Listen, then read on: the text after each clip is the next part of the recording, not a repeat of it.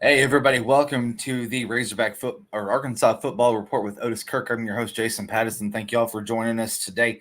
Got a kind of a packed lineup for you all. We've got portal news, we've got coaching news, we've got all kinds of stuff that you can think about as far as Razorback football goes. I mean, I know that it's not bowl season right now for the Hogs, but those wheels are really starting to turn. It's going to be a heavy week this week too as well. I want to thank Koi Southern Eats, our proud sponsor.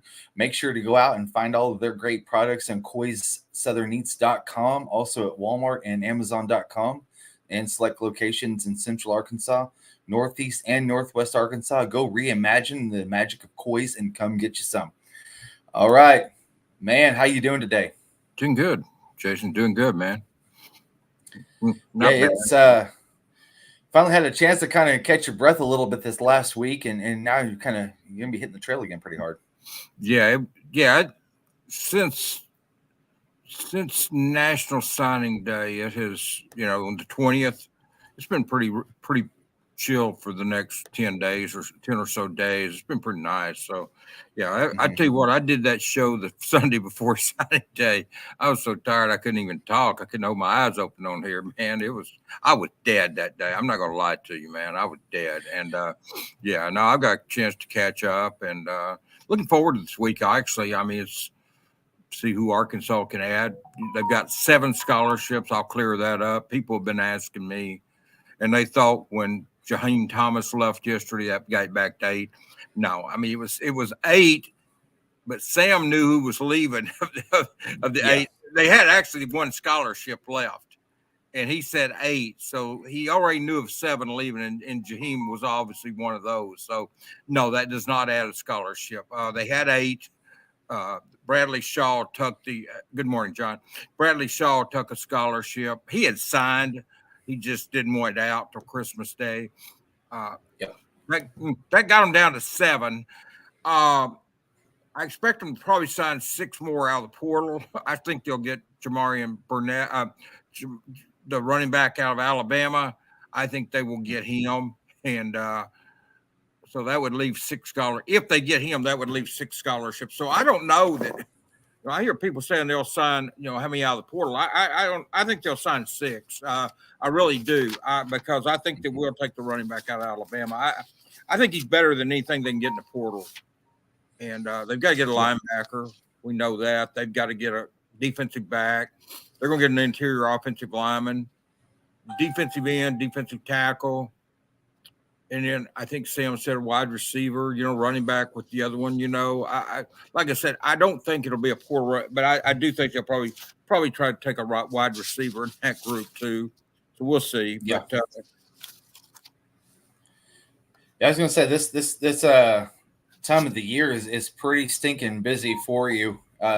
This week it'll kind of cool off for a little bit, and then it kind of gets fired back up with spring football here in a couple of weeks because, I mean, let's face it, these guys have got about 8, 9 weeks, maybe 10 weeks in the weight room during the off season, and then spring football's fired back up again. Yeah, spring football is going to be interesting because there's going to be a battle at quarterback and a battle at running back. It will not be who's going to play behind KJ, who's going to play behind Rocket like it's been the last 2 or 3 years. So 2 years especially. I don't know when he was a true freshman that it was Rocket so much, but the last 2 years we pretty much known it was going to be KJ and Rocket. So I'm not saying that's good that they're not here. I'm just saying it's going to be interesting. Yeah. There's a difference. I mean, I don't think it's bad, but I'm not saying that what they've got is better than those 2 guys. I don't mean that at all. I think those 2 guys and Pupal, a couple others were big losses. Hey, people move on. I've said Pupal was the biggest loss, and I could see people argue with me saying it's KJ and Rocket, and I wouldn't argue back. I get that, Jason. I completely get that. I just thought Pupal was a heck of a player. I think, but yeah, I think Arkansas will add 6 more players out of the portal. Now, if somebody were to leave that Sam didn't, let's say Kenny Guiton left since signing day. Yep. So if somebody left that wasn't on that list that Sam had, let's say another receiver left, So, and I'm not saying they will. I'm just saying if they did, and they weren't on that list that Sam had, then that would open up another scholarship.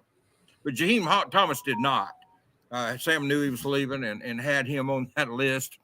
So, you know, I don't know what happened there. I know what Jaheim's saying that, or they're saying that he didn't get. They didn't do what they promised him they would do. Yeah. I get that, but they did for about 9 games. I mean, we go in there and see him and say he's the best linebacker on the team. Yeah. Praised him, and then all of a sudden, about I don't know if it was the last 3 games, 2 games, or what, but man, all of a sudden, the guy just quit playing, and it was like, you know, had other kids playing better than him or something. You know, it's the strangest thing I've seen in a while. I mean, it goes from he's the best we've got to we're not even going to play. Something happened. I don't think it's just as simple as saying that. I've seen reports saying that Arkansas didn't do what they said they do. And there may be some truth. I'm not saying there's not truth to that, but there's something happened. There's some reason that Arkansas coaches felt like he was the best linebacker they had. He went from that all of a sudden to basically not playing, Jason. Something happened. And I don't know what it was, but it's not as simple as saying that they didn't do what they promised, because for a while they did. He started, you know, and was their leading tackler and playing great, I thought, but obviously something happened along the way, and I don't know what it was. But anyway, getting Xavier and Sorey really helped them. I think they will add another portal linebacker and get Bradley Shaw help too. Bradley Shaw can play as a freshman. Yeah, him, and then you've also got Brad Spence that's going to be coming. That is going to be there to help. Also, Alex Sanford and Carson Dean. Yo, that's what I was going to say. You got those 3 kids. You got those 3 kids that you signed last year, and I like Caden Henley myself. So I mean, I'm not, you know, I don't know how ready he is to play right now, but Caden can help them eventually. But yeah, you got the 3 kids from last year. You signed, what is it, 4 linebackers so far? Yeah, and look, Juju Pope could move down to linebacker. He's kind of an athlete, but you can move him down to linebacker. You signed Bradley Shaw. You've signed Xavier Sorey, you signed Wyatt Simmons, and you signed Justin Logan. So you signed 4. You've lost 3 to the portal, and you signed – no, they've lost 4 to the portal, I get. 4 to the portal. They've lost 4 to the portal. I don't have my list in front of me. I'm doing this off the top of my head. They've lost 4 to the portal, but they've signed 4. So if they get another one out of the portal, which I think they will, then they will have brought in 5 and lost 4. So they won up that. You still got the 3 freshmen from last year, assuming they all stay. You got Caden Henley. You got a couple of walk-ons, pretty good players like Woodard out of Arkadelphia. Not Woodard, I'm sorry. That was Jackson Woodard. But you got the quarterback from Arkadelphia that switched to linebacker at Arkansas. But so, yeah, you've got some guys. You've got some numbers there. And like I said, they could put Juju Pope there if they wanted to. I mean, that's what they originally kind of recruited him to play. Not the biggest guy, but he could play linebacker. So, I mean, he can play a lot of positions. He can play running back for them if they need him. So, I mean, yeah. So they're okay now. Yesterday, people were freaking out to me about the numbers, and I said they're okay numbers wise. I mean, they're okay. I mean, they've lost 4, and they're going to bring in 5. So, I mean, they're not getting killed with the numbers. And Manny Powell didn't play. Nope. He played special teams. That's about it. They felt like Kirk was too small. I'm not saying he was. That was the reason they quit playing him, this staff, compared to the other one. So you lost Pooh and you lost Jaheim Thomas. You lost 2 that were getting big men. Well, that was your 2 starters, basically. Yeah. You lost your 2 starters there. But other than that, you've got, like you said, you named these kids that came in that last year's class. That was a good class that Michael Shearer left here. He recruited that class, had it set up.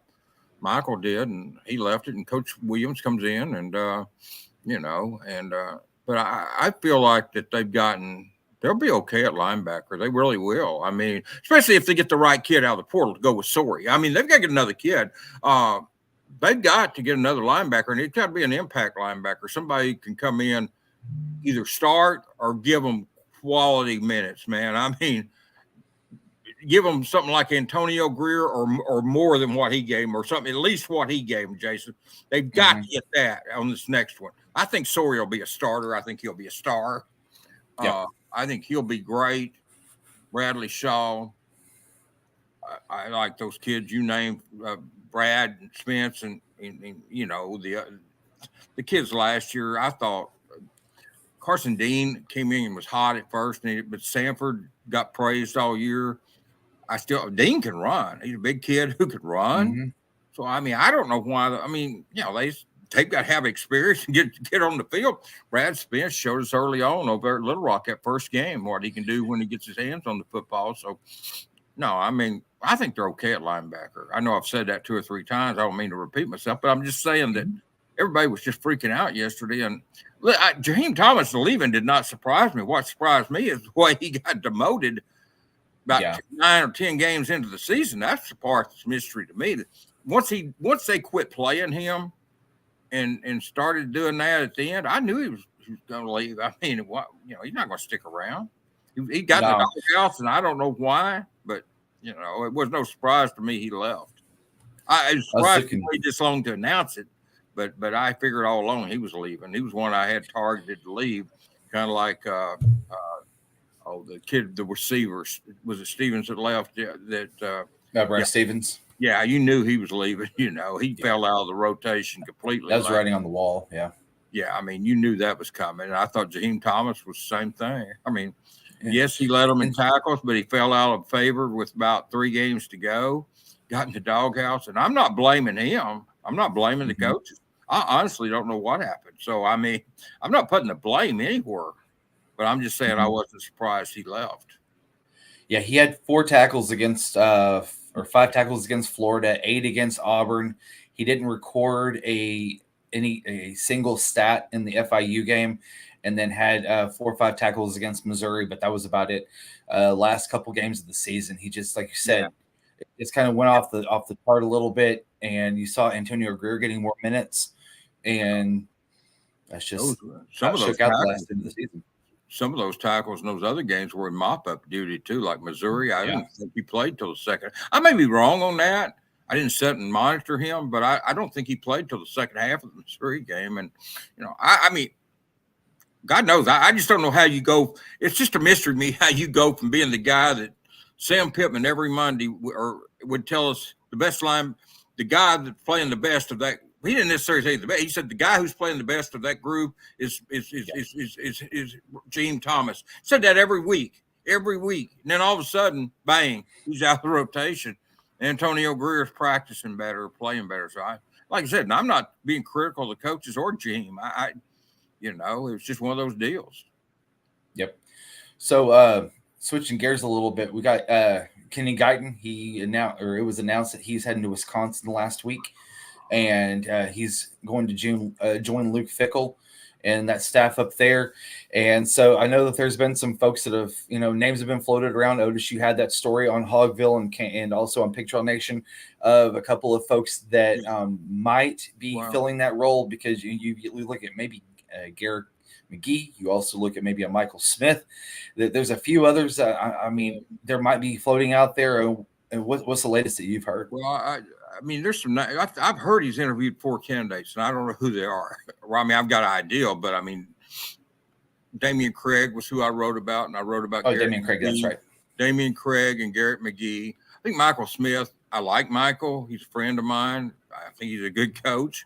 I think he'd be a hard sell. He just got fired at South Alabama. I don't know how Sam can hire a coach who just got fired at South Alabama. It would be a hard sell, man. I mean, I think Michael would probably do a good job. I like him, and I thought, but I don't. But I tell you, the wide receiver coach at UCF would have to be Grant Hurd would have to be a possibility. Paul Petrino, maybe. I think his name is Joe Price. I believe is his name at UT San Antonio. He's the passing game coordinator, Jason. Mm-hmm. I think it's Joe Price is his name. But anyway, young guy, young receivers coach down there at UT San Antonio, UTSA with Jeff Traylor. That's a guy that he's not very experienced, but he's experienced enough for Jeff to hire him as passing game coordinator. And that's right, Joe Price. Yeah, Jeff Price. That's what I thought his name. Jeff Price? Joe Price. I may have said Joe Price, but Joe. Okay, but Price is a good coach. Mm-hmm. He's young, got a lot of energy. He's a guy that they could do a lot worse than try to hire him. It wouldn't surprise me if I haven't seen his name out there, but that's a guy that, and I haven't really read what people have written. I know there's been names floated. I don't believe the Michael Smith stuff. I simply don't believe it simply because, and I'm not against Michael, but I just think that it would be a hard sell for Sam to hire a coach who was just fired somewhere else. I don't, I just don't think that would be something he could sell. But, I mean, Sam's on the hot seat himself, and he don't need to be, I think he gained some favoritism when he hired Bobby. I think Mateus, was a very good hire, but I don't know that. Yeah. I think that was kind of a neutral deal. People, okay. But Bobby Petrino moved the needle when he hired him. Mm-hmm. People knew Eric, it would move the needle with them, but a lot of people don't know him. They're looking at maybe a bad season at Baylor this year, but that was extenuating circumstances.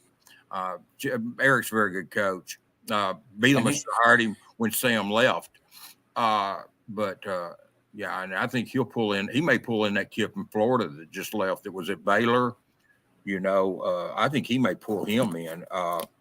Mike Matskua, I don't know how you pronounce the kid's last name, but it's a funny name, but he played at Baylor for Eric. He played at Eric at Baylor. I can't talk. He played for Eric at Baylor and went to Florida, played a year, and is a very good interior offensive lineman. Sam's already said they're going to sign another interior offensive lineman. I think that's a good possibility there. It wouldn't shock me if they went sideways and kind of signed two offensive linemen if they got the right ones out of the portal. I know he said one, but it wouldn't shock me if they if they don't lose anybody else at receiver. Mm-hmm. If you had Satina, you had Armstrong, and you had Dozier. You had them kind David Dozier. Yeah, you had them kind of on Instagram, I guess, being a little drama. As long as they don't leave, and I don't think. I mean, then and they don't lose anybody else at receiver. I think they might be okay there, but. They've got to get some defensive, especially an interior defensive lineman. They've got to get one. I don't know. Defensive end, maybe. I know he said they were going to get an edge. Mm-hmm. That makes sense. I just feel like that offensive guard. I feel like to answer your question about the receivers coach, I don't know who it'll be. I thought maybe Garrick would come back, but there's not been much on that. I actually messaged Garrick. I'm friends with he and Michael Smith, Eric Mateus, all the guys that have coached here. I'm still good friends with all those guys. I was like 5 minutes away from breaking Eric Mateus news when ESPN broke it. I was finishing up the story, and I should have just put the story out when I got it. I had it that Saturday, and then the Sunday I put the finishing touches to it, and I didn't know anyone else had it, and so I'm screwing around there writing some stuff, and I should have put the story out and then added it after I published the story. I would have broke the Eric Mateus news, and I had it. Like I said, I stayed friends with these guys, and I actually reached out to Garrick. It was the day they played in the bowl game, whatever morning that was. The night I reached out that morning. That Wednesday. And I did not hear back from him. So I don't know what that means. But I mean, well, obviously it means he didn't want to talk to me. I guess that's what it means. He said, "The hell with you, Otis." But I know what it means. It means he gave me the number one sign. But no, I'm just serious. I don't know. I thought Garrick, but I tell you this, and I said this on Twitter. If Garrick came back, Tulsa would be Tulsa area, not just Tulsa, but that area, be a recruiting hotbed again. It just makes a lot of sense too to have somebody recruit that area, but not everybody can recruit it like Garrett could. Man, his dad was a legend over there, Jason. I'd go to that school. Yeah. His dad, Booker T. Even the coach that succeeded him, Antoine Jimerson, they would just throw me the keys to their office. They'd call the kids out of class and let me interview them in the office there. And when Coach McGee's office was being occupied, like assistant coaches watching film or something, or had a player in there. I'd sit on the steps there at the old Booker T. Now they've got a new one. They've got a real nice school now, but they had an older one. And it had some old stairs and upstairs and downstairs. And I'd sit on those steps and interview kids. But yeah, I mean, Garrick would certainly put Arkansas back into that Tulsa, Booker T, Washington, Jinx, Owasso, Broken Arrow, all the Tulsa, Sand Springs. Yeah, all those schools in McLean, Tulsa, Bishop. I mean, all those schools. Yeah, I mean, whatever. They're the, those schools: Owasso, Broken Arrow, Booker T, Washington, Jinx, and Union. That's the one. Yeah, I knew there was one more. There was 5 schools that you can count on. It's Tulsa Union, Booker T, Jinx, Owasso, and Broken Arrow. You can count on those schools, those 5 schools having some. There'll be 1 or 2 studs in those 5 schools every single year, man. Just about. I mean, that's a great area over there. Just those schools, those 5 schools alone. Man, they've got an 8th or 9th grader over at Owasso. I think he's a 9th grader, I believe, this year. Kid messages me all the time. He's a defensive back, and he's going to be a stud. And he really likes. He loves Arkansas, man. So, I mean, that's really key too. If say for instance, Garrick does join the staff, he gets Arkansas back into Tulsa. That's putting Arkansas right back up there with Oklahoma. Since Oklahoma now is in the SEC, you're now competing with kids head on. You can't sit there and say, oh, well, go play for the Big 12 and not get noticed and come play with the SEC and get noticed. Now Arkansas has got to be more competitive in the state of Oklahoma because now you're fighting for kids for airtime, not playing time, airtime on the major networks, not just, whatever that, the Big 12 can put out that week. You've got major games going on each week that Arkansas is having to go against with Oklahoma now because Oklahoma State's pretty much third fiddle now. And if Arkansas can get back into Tulsa, they can really, I feel like they can really, get some kids on campus that might not have been here before that Oklahoma would have been able to just kind of walk in and take. Yeah, I know Wagner's another school over in that area that's got a stud defensive end. He plays tight end too. They've got a kid over there at Wagner, Oklahoma, that's really good. I know, but Garrick, you're right. John's right. He would fix the route running, but the guy's a good coach, good recruiter. There was rumors that he couldn't recruit. And I don't know where those come from. I mean, I'll tell you what he could do. He could recruit the Tulsa area. And look, and let me tell you this.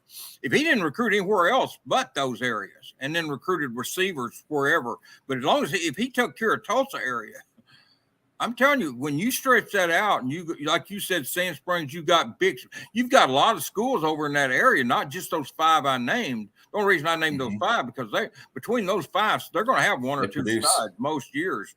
But just somebody to own Tulsa, and I know OU's going big SEC, but I don't think it would matter. Garrick's strong in that area, and he beat OU for some kids at Missouri from Tulsa when he was at OU, when he was at Missouri, and so Garrick is good coach, good person, good recruiter, good player, a good person all around, man. I agree that. Yeah, like I said, Michael Smith, I don't know who started those rumors. Everybody was messaging me saying some insider. Yeah, I have no idea where that came from either. I don't know where it came from, but and like I said, I have nothing against Michael. Consider him a friend. Thought he was a good coach here. Mm-hmm. But I just don't think you could sell that to the fan base being a fired coach.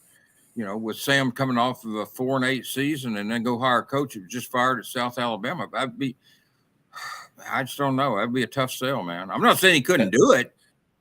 He could he could hire him and let the people raise hell about it. I mean, if that's what he wanted to do, but I just think it'd be PR disaster, man. I mean, and that's it might be hard to sell to the fans, but I think it might be even harder to sell to the staff there and the people that will be paying that salary. And that's what it comes, I think what it comes down to.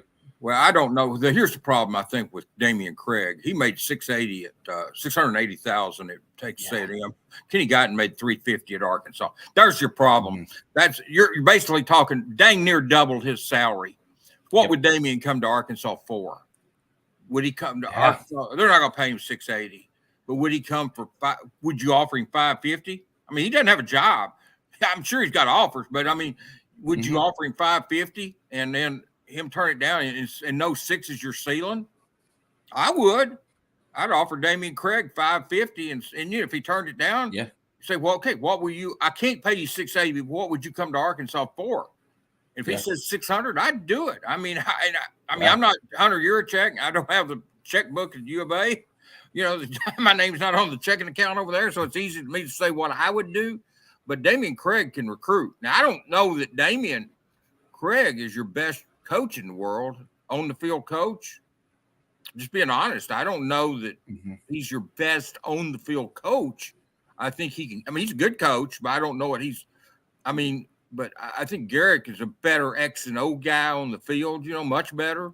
But but Damian Craig to pull in some studs. I tell you what, that guy can recruit, and he's got a lot of SEC experience. I mean, he's not a bad coach. I don't mean to give that impression. I'm just saying, I think if he has a weak link, it's maybe the on the field coaching part of it because he's an ace recruiter.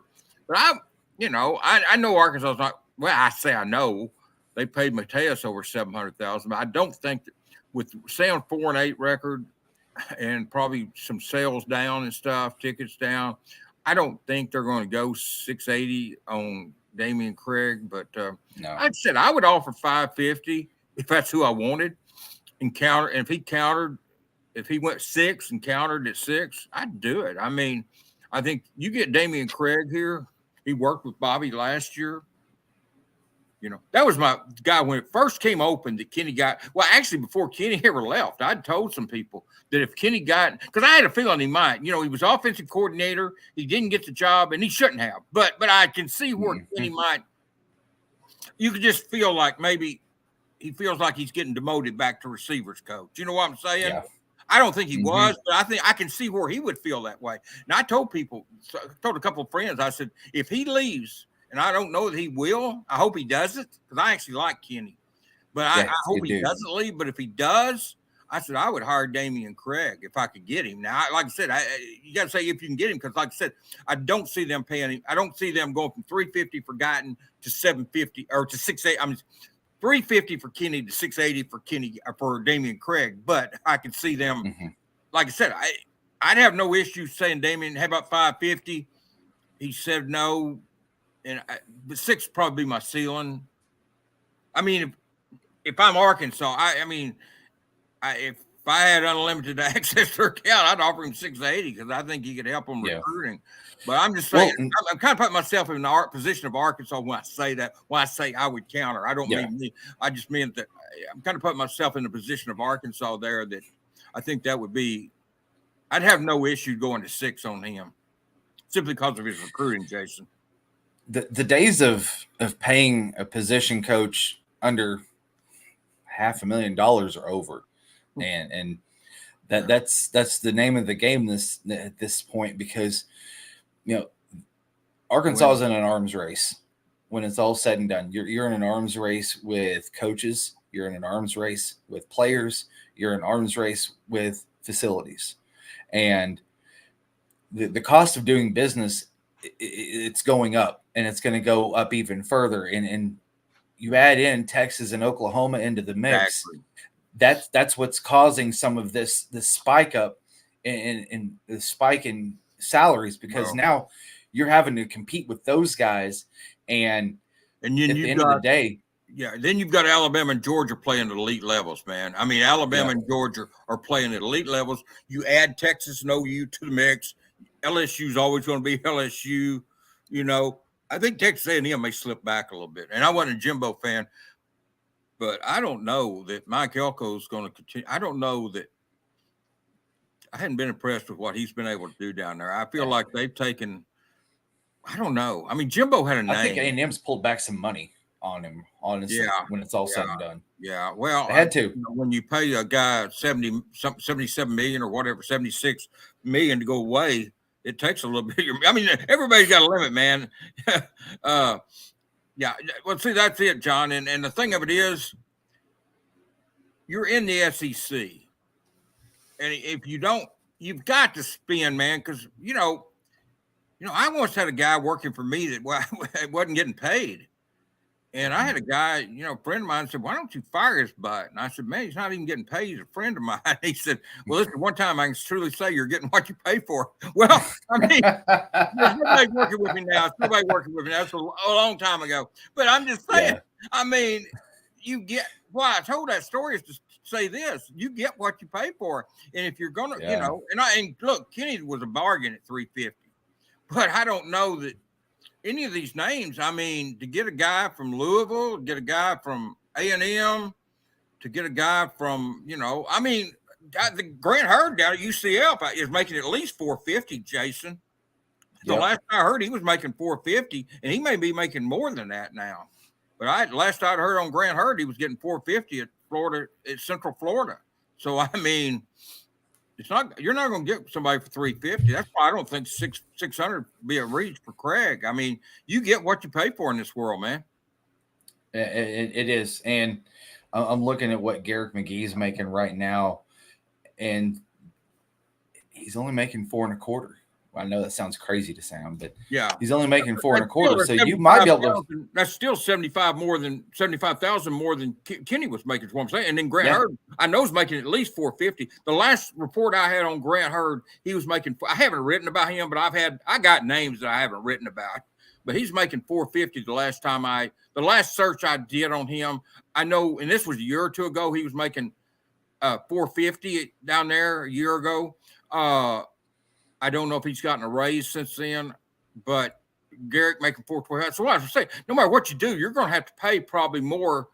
I don't know what the guy at San Antonio is getting. I don't even know if he's a candidate. He's just somebody I like. I mean, I think he's a hot young coach that hot in the recruiting field, got a lot of energy. I think he's not a hot coach. I mean, up and coming coach. You know what I mean? Hot on the recruiting trail, would be out there with a lot of energy. Got strong ties to Texas. That's somebody I think you could plug in, and you're going to get he's got a big upside, man. And I think that's somebody you could plug in and would really help Arkansas. I think Price would be a good coach at Arkansas if that's the route you go. And I don't know, you might get him for $350, and I don't know that because he is a passing game coordinator. I don't know what kind of budget Coach Traylor's got down there, but anyway, Hurd's making $4.25 as well. Is he making $4.25? Because I'd seen $450 somewhere. Okay.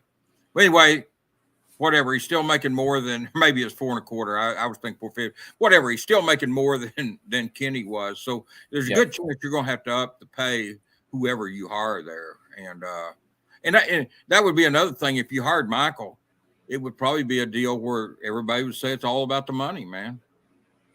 Yeah. This is an interesting. I'll have to look at Michael Smith, see what he was making. I'm going to guess it's probably somewhere in the 300s with South Alabama, maybe even less than that, because with program that small, you wouldn't think that they'd be getting very much. But Wayne Bell brings up a good, interesting point. He says one disgruntled 5-star can corrupt 10 3-stars on a team.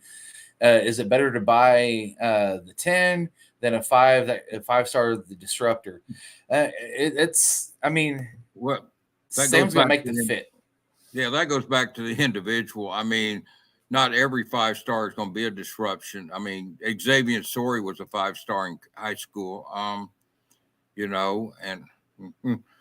so I don't think every 5-star is going to disrupt the team. But I don't want a player on my team that's going to be it's going to disrupt it.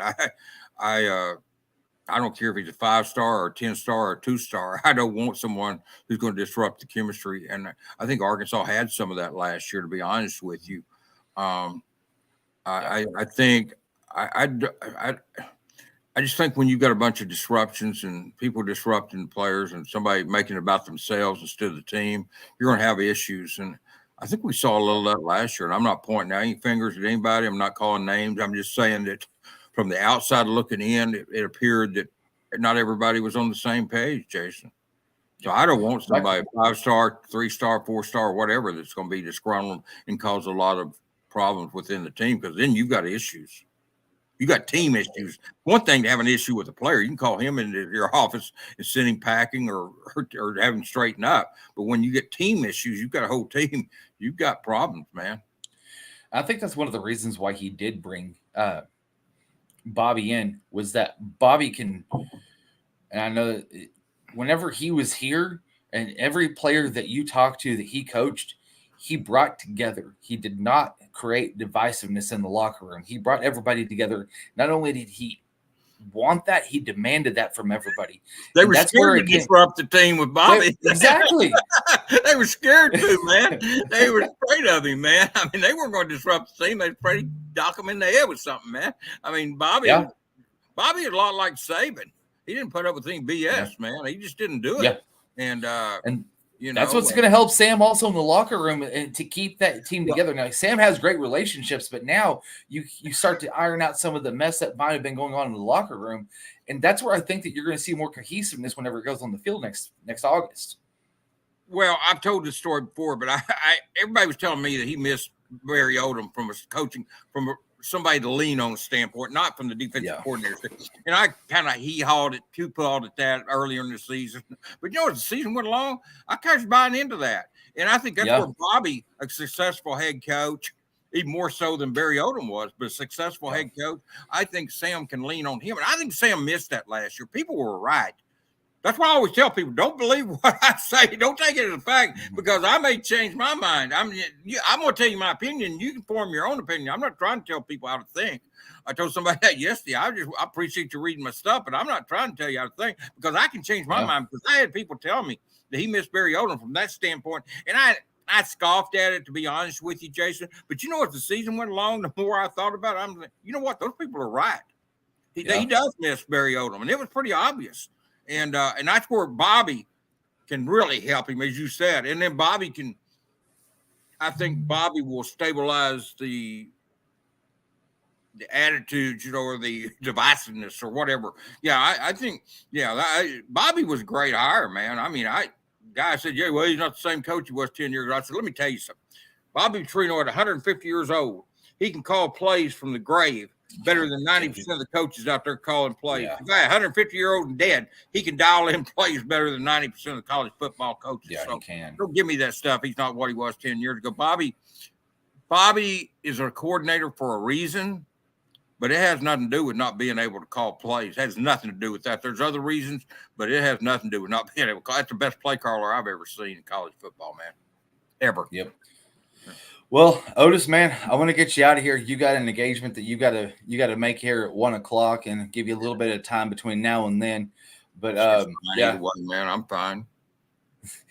Well, I want to make sure you got enough time to get out there or get everything set up for you and all that good mess. But I do want to say this real quick. Last night, that Laker game last night, that was probably one of the poorest officiated games I have ever watched. And I'm going to tell you what, I don't think those guys could have went to a 9th grade boys basketball game and done any better.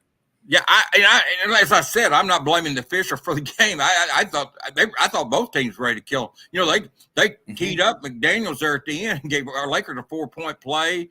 LeBron's shot was a 3. I mean, that was a poor officiate. It was from the start. I mean, D'Angelo Russell, Rui Hachimura got hammered on the arms going in and didn't call it. I mean, it was just a bad officiated game. I mean, and it was consistently bad. It wasn't like they were screwing one team.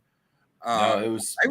I felt like both teams were ready to kill those guys at the end. It was really a poorly officiated game, and I don't like to blame. And I'm not saying they beat the Lakers. I mean, the Lakers shooting beat them, but those calls were just, it was not a good, they let the game get away from them. And it wasn't like the teams were fighting or anything, but they just let the game, they were inconsistent with their calls, and it was just a bad official. And I call a T on a guy, he's got to really do something there at the end for me to do that, because that's what got, if they had to call that T, the Lakers, even if it counted Bron as a 3-point shot, it wouldn't have mattered.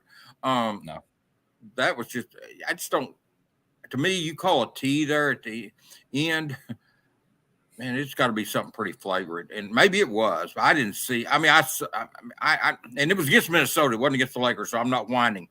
I just think you don't call, you got to turn your cheek there. You don't want the game to be decided on a referee. And then it could have been, if they'd ruled out a 3. Like the basketball game yesterday in Bud Walton Arena with 70 free throws that were shot. I mean, Arkansas had 27 fouls, and Wilmington had 29 fouls. It's like at some point, when does the referee take themselves out of the game and make it not about them and let the guys play a little bit? That was too many free throws yesterday. That was a pathetic. It was. Thing. I mean, Arkansas played well. I don't mean pathetic by them. It's just pathetic when you go to the free throw line that much. People don't want to see that. Quit calling those little tic-tac fouls, I mean, and like I said, man, I always feel like the officiating sucks no matter what I'm watching. I thought it sucked with the Dallas Cowboys and Detroit Lions last night. And let me just tell you, I didn't care who won that game. But I felt like it sucked there. What little bit I got to see, I watched the Lakers, and so after the Lakers went off, I switched over to the Dallas game, and 68 went in and reported to the ref. Then they said he didn't. So I don't know, man. And like I said, I didn't care who won that game. I don't hate Dallas. I'm not a Dallas fan. I don't hate the Lions. I'm not a Lions fan. I'm a Rams fan. So I didn't. Yeah. I actually like both those teams. I'll be honest with you. I'm proud of the Lions for the way they're playing. They've got Ragnow. They're playing great this year. Yeah, I know they've got Ragnow and Skipper. They may have somebody else. I know they got those. Well, I thought Ragnow was about ready to take that referee into the cage and go battle dome on him because that guy Dan was pissed. Yeah, that was just straight. And they showed 68 reporting to the refs. So I don't. All three of those guys walked up to the referee and then they walked off. Yeah. I don't know. It's I generally watch. I'm going to wait 2:00. I'm going to watch the Hawks play the Wizards, and I'll think the officiating sucks. And I'm watching see Jonte Murray of the Hawks and Daniel Gafford and Thomas Jones of the Wizards. So, and I don't care who wins. I'm watching it for individual players. But I promise you, I will think the officiating sucks in that because that's just pretty much the way I do.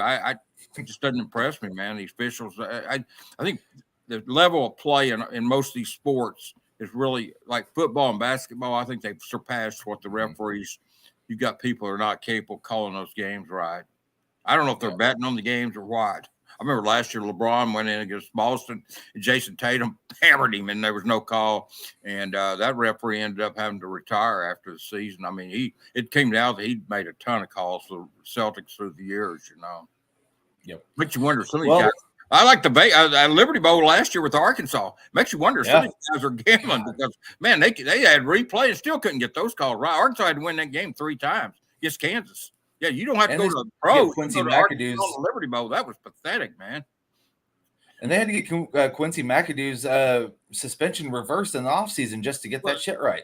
You don't ever see the NCAA come out and make a statement like that, and they did with McAdoo. They didn't want him to be ineligible for the first half because of a blown call, and turns out he had that car wreck, so it didn't matter. But that spoke volumes when they came out and publicly pretty much reprimanded those refs, and it said they screwed up. Then you got the NBA does that stupid 2-minute report. Hell, I mean, you're going to do a 2-minute report. They had 7 missed calls for the Mavericks against the Lakers.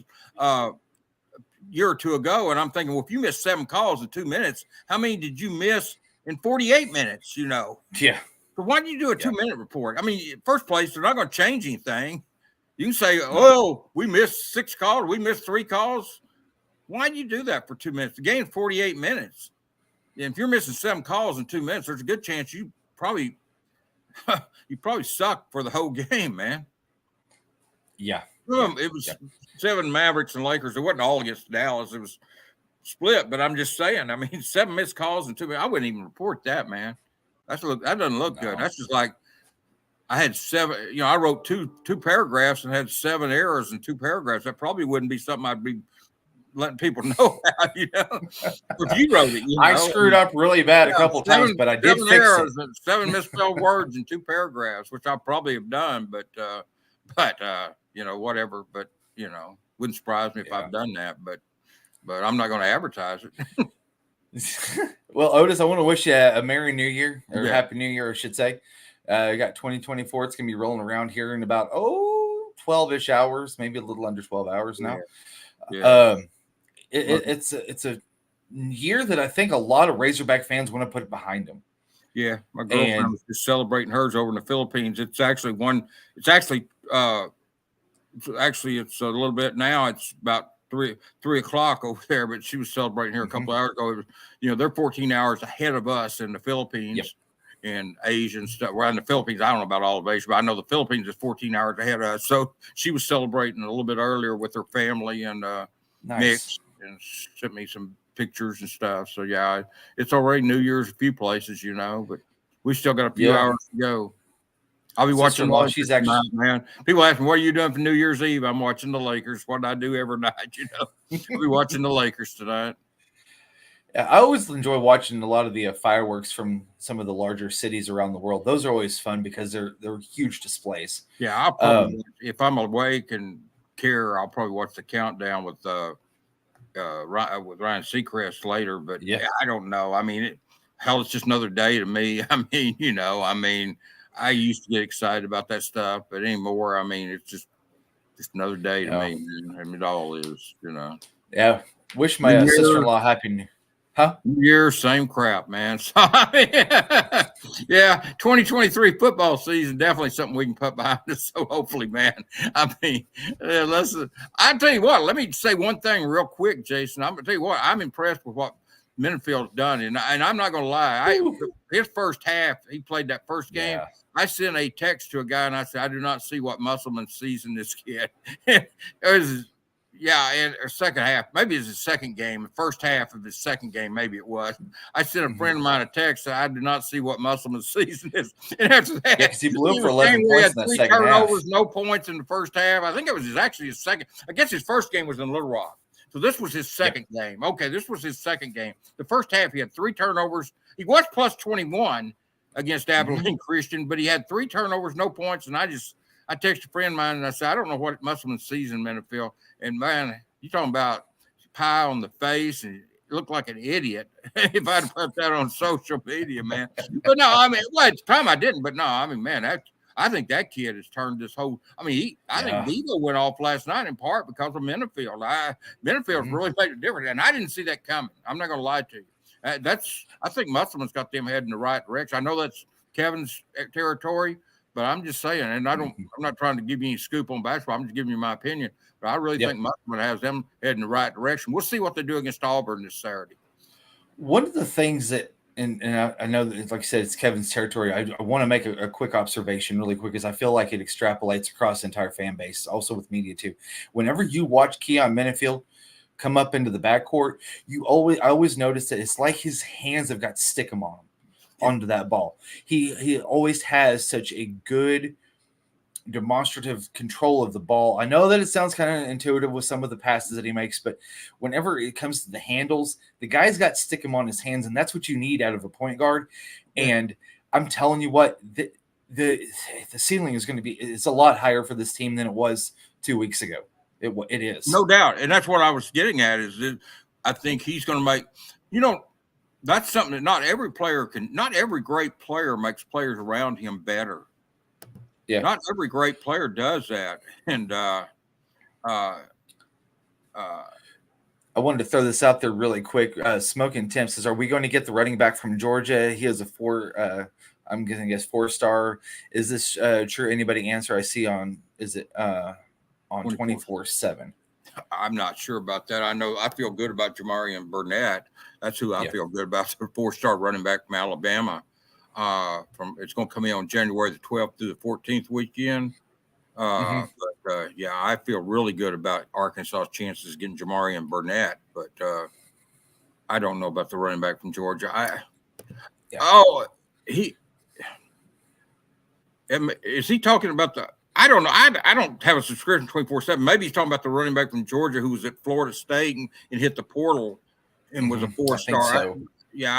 I'm pretty sure they're not getting him. I feel like I think they're going to. I don't think they're going to take a high school and I may be wrong, but I don't think they're going to take a high school and a portal running back. And I think they will get Jamarian Burnett. I don't know if the kid from Florida State's who he's talking about. He is from Georgia, but he was at Florida State. But I don't. Rodney Hill, I think, is his name.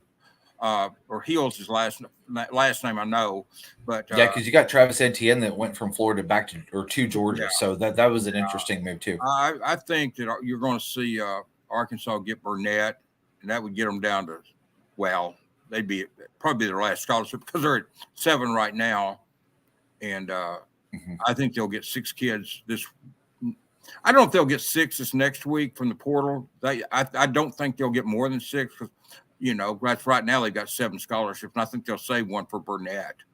But, yeah, we'll see. I mean, I don't think they'll take 2 running backs to answer your question. And I do think they'll get Burnett. So I don't think they will take 2 running backs. I could be wrong. Mm-hmm. They may feel like they need 2 running backs. You've had 2 or 3 leave, So I know Rocket left, AJ left. Some people would say that was the top 2 running back. Well, obviously Rocket was the top one, but some people would say AJ was the second one. So, but you still got, to me, you've got some kids coming back, and so they might take 2 running backs. But if you do, just know you're going to have to cut another position off. So yeah. Maybe you would take 2 running backs and not take a receiver, assuming that nobody else there leaves. So maybe that you would do that. But yep. We'll see. I just don't know right now, but I do feel good about Jamarian Burnett. I'm having trouble talking, David. Yeah, I do feel good about him. Well, from everybody here at Hogville, we want to wish everybody that's watching, that will be watching here over the next few hours, we want to wish you a happy New Year. Also, and this is what Marty and I talked about a little bit too. Have a plan. Have a plan. Do not drink and drive tonight. Yeah. That stalker getting you that, man. I don't know who it was, but I appreciate it anyway. Yeah, that's I don't know if it's a stalker or what. Somebody got me. That was on the porch where I came home. I don't know if it's a stalker or what, but he or her, whatever. I appreciate it. So, but yeah. Appreciate that. But then they got a pair of shoes too. I have no idea who's sending that stuff here, but I honestly, I don't. I have no idea. Yeah. But it just says it's addressed to me. They knew my shoe. I don't know if they knew my shoe size or they got lucky, but they sent the shoes the right size and everything. So I don't know how they did that, but whatever. But whatever. Well, if it is a stalker, change your locks. Well, it depends on what she looks like, man. Yeah, I might unlock the door if she looks good, man. So we don't have to wait and see. Oh my God, dude, man! If Chris is watching this, I am joking. I promise you, I am joking. Fortunately, Christy's probably not watching this. I'm sure she's sleeping now. But anyway, she's probably sleeping now. If she watches this, she might be getting a hate message here. Yeah, I'll be locking the doors to keep her from killing me. So yeah. So anyway, it was all a joke, man. But no, I don't know who it is. Whatever, man. But yeah. But do have a plan though tonight. Do not drink and drive, because one, you don't want to hurt yourself or anybody else for that matter. You do not want to hurt anybody else. Yeah, that shit's be smart about it. Man. Yeah, that shit's expensive too, man. I've never had a DWI, but it is expensive. It's a pain in the butt too. You can't drive for a while, and you have to blow in a machine in your car. It's just like I said, I've never had one. I could have back when I was young and drink. I haven't had a drink probably in 11, 12 years, any kind of alcohol, 11 or 12 years. But I haven't drank much since I moved to Northwest Arkansas in 97. But when I was younger, I drank a lot, and I could have had a million DWIs. I was just lucky and never had one. But it's expensive. It's dangerous too, man. Yeah, it is. It is. And make sure to have a plan tonight. I mean, Uber, Lyft, a friend, or hell, just stay where you're at. Do not drink and drive tonight, because I will promise you this: there will be one group of individuals that will be waiting for you, and that will be the cops. They will be looking for anybody that they can find on any suspicion of that. So have a plan. Be safe. Be smart. We want you back next year. Listening to us, enjoying your family, your job. Enjoying the 2024 football season. It will be better, man. I guarantee you. It will be better. I sure as hell hoping that it is anyway. I don't think. If it's not, you know what's going to happen next.